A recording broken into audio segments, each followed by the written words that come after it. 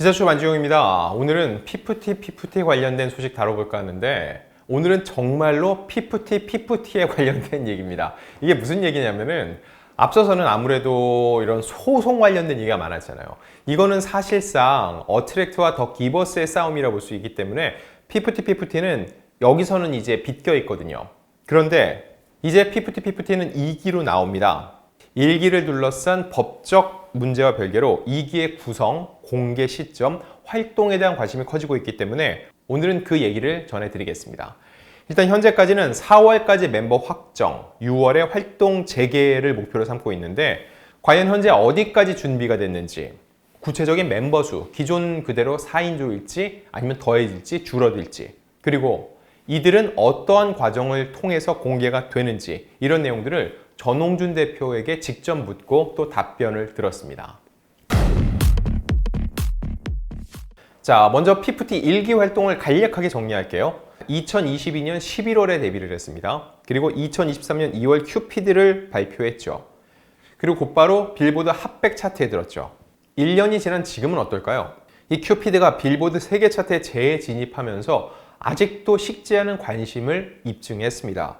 총 3개 차트에 진입을 했는데 2월 초 월드 디지털송 세일즈 9위, 월드 앨범 15위, 글로벌 200, 197위 등 두루 주목할 만한 순위에 다시 올랐다는 거죠. 그만큼 해외 팬들이 아직도 큐피트를 자주 듣고 그들을 그리워하고 있다는 거죠.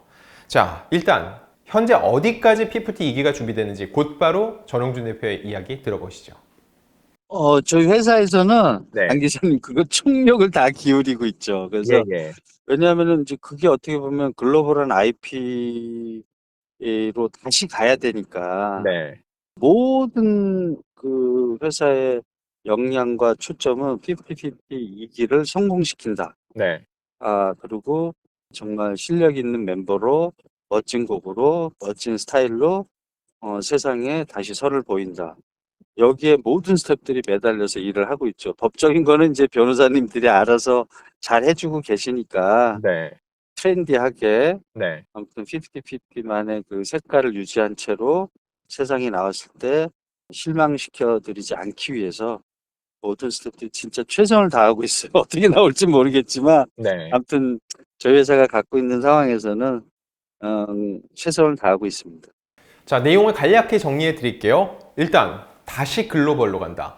피프티 1기 역시 국내보다도 해외 시장을 정조준했어요. 그래서 해외에서 먼저 알려진 다음에 오히려 국내로 역수입된 그런 결과를 초래했다고 볼 수 있는데, 그리고 두 번째, 무조건 성공시킨다. 1기에 대한 기대치 또 관심이 있기 때문에 2기는 성공시켜야만 된다라는 게 전 대표의 의지고요. 세 번째, 실망시켜드리지 않겠다라고 얘기를 했습니다. 지금 기대치가 높아요. 사실 여기에 웬만큼 부합하지 않으면 사람들이 실망을 느낄 수도 있거든요. 왜냐면은 지금 1년여 기간 동안 전폭적인 지지를 해 주었기 때문이죠. 그래서 전홍준 대표 절대 실망시켜드리지 않겠다라고 얘기를 했습니다. 자, 다음 궁금한 거는 멤버 구성입니다. 어트랙트는 최근 공개 오디션을 통해서 새 멤버를 찾는데 박차를 가하고 있습니다. 지난 1월 3일 싱가포르 칼랑 플레이스에서 새 멤버를 뽑는 공개 오디션이 처음으로 열렸습니다. 그리고 여러 각개국에서 계속적으로 오디션을 진행을 하고 있는데 이때 싱가포르 오디션에는 어트랙트에 따르면 약 120명 정도의 인재가 지원을 했다고 합니다. 적다고 볼 수도 있지만은 정말로 실력자들 곧바로 당장 6월에 데뷔라고 했죠. 1월에 오디션 봐서 6월에 데뷔다. 5개월밖에 시간이 없어요. 완성형 아이돌 멤버를 뽑는 거기 때문에 120명이 왔다? 굉장히 많은 숫자라고 볼 수 있습니다. 자, 또한 어트랙트는 싱가포르 외에도 한국, 일본 등지에서 오디션을 진행하고요. 이렇게 새 멤버를 꾸리는데 제가 볼 때는 해외에서도 뽑는다? 해외 멤버가 포함될 가능성이 높습니다. 자, 그리고 최종 오디션은 3월 2일 태국에서 열릴 예정인데 요즘 태국이 각광을 받고 있어요. 왜일까요? 블랙핑크 하면은 역사상 K-팝 걸그룹 중 가장 성공했다는 평가를 받는데 여기에 태국인 멤버 리사가 있죠. 그 이후에 태국은 K-팝에 대한 관심이 엄청 높아졌고 태국인 멤버가 들어간 그룹에 대해서 관심도가 더 상승하고 있습니다. 그렇기 때문에 태국을 마지막 오디션 장소로 잡고 태국인 멤버가 포함될 가능성도 꽤 크다는 거죠. 자, 그러면 기존 4인조 체제를 유지할지 아니면 더 많아질지 이것도 궁금하시죠? 일단 키나는 그대로 남아 있습니다. 키나 중심으로 세팅하는 거기 때문에 키나 외에 3명만 더 확보를 해도 기존의 4인조 체제가 되는데 과연 멤버 수의 변화가 있을지 전홍준 대표에게 물어봤습니다. 기존 1기가 4명이었는데 멤버 구성 이런 것도 아직은 정해진 게 없나요? 멤버는 솔직히 말씀드려서 네. 정해지진 않은데 4인조나 5인조를 할 생각이에요. 네네.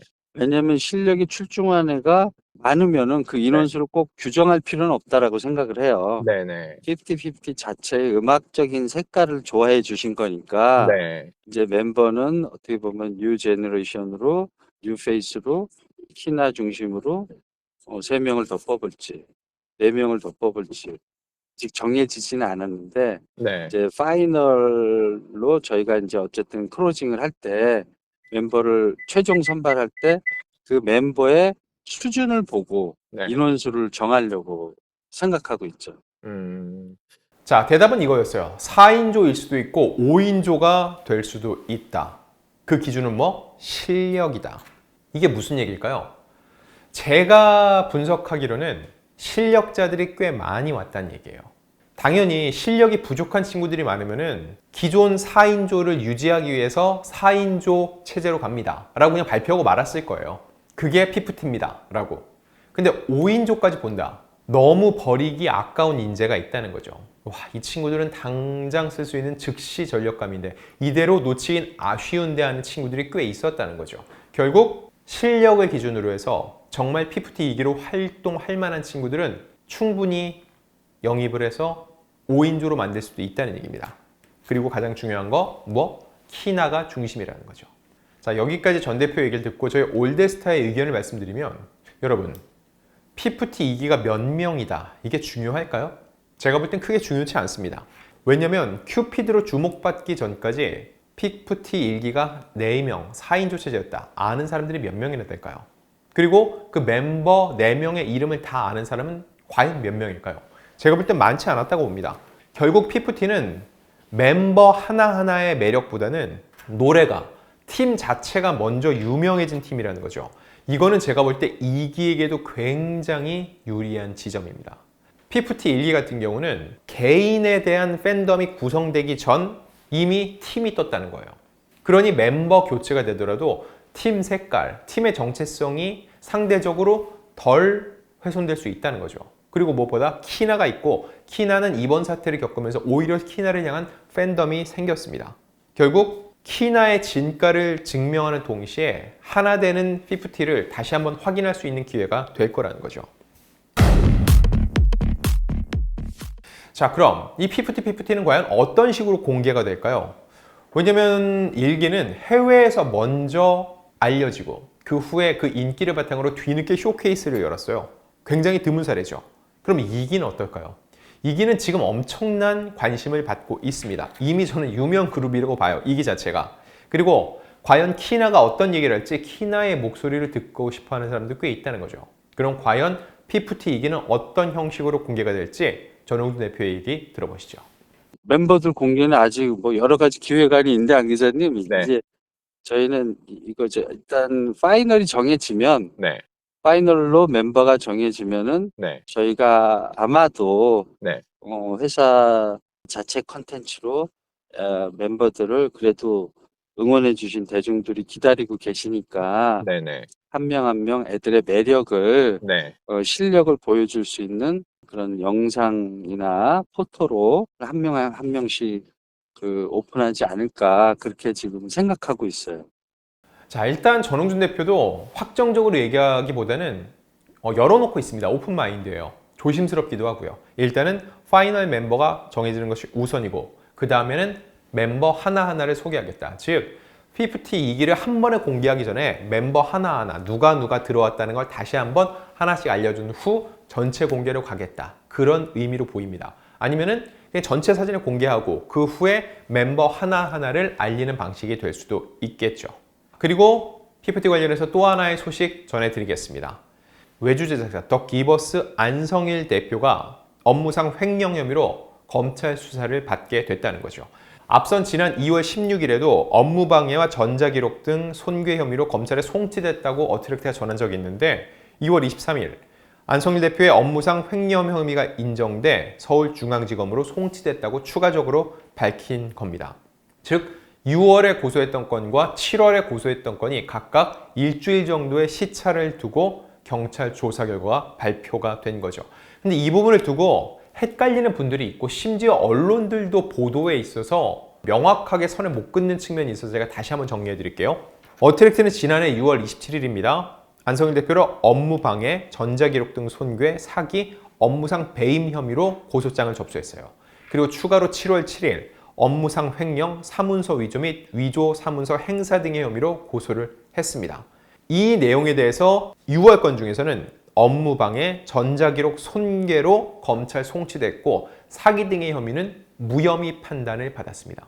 그리고 7월 추가 고소건에 대해서는 업무상 횡령 혐의가 어느 정도 인정이 돼서 검찰 송치됐다는 거죠. 일단 이 사태 조금씩 일단락되어 가고 있습니다. PFT는 2기로 가고 있고 경찰 고소건은 일부 혐의가 인정이 돼서 검찰 송치가 됐죠. 근데 아직 남은 것들이 있습니다. 뭘까요? 계약 해지된 멤버 3인에 대한 민사소송, 그 금액만 무려 130억 원 정도에 이르죠. 그리고 그들이 주장했던 본안소송, 전속계약 효력정지 가처분 신청이 2차례 기각된 후에 본안소송에서 다투겠다고 얘기를 했는데 그 이후 아직까지도 본안소송이 진행됐다는 얘기가 없습니다. 제가 당시 이 3인을 담당했던 변호인에게 여러 차례 전화를 했는데 계속 전화를 받지 않고 있습니다.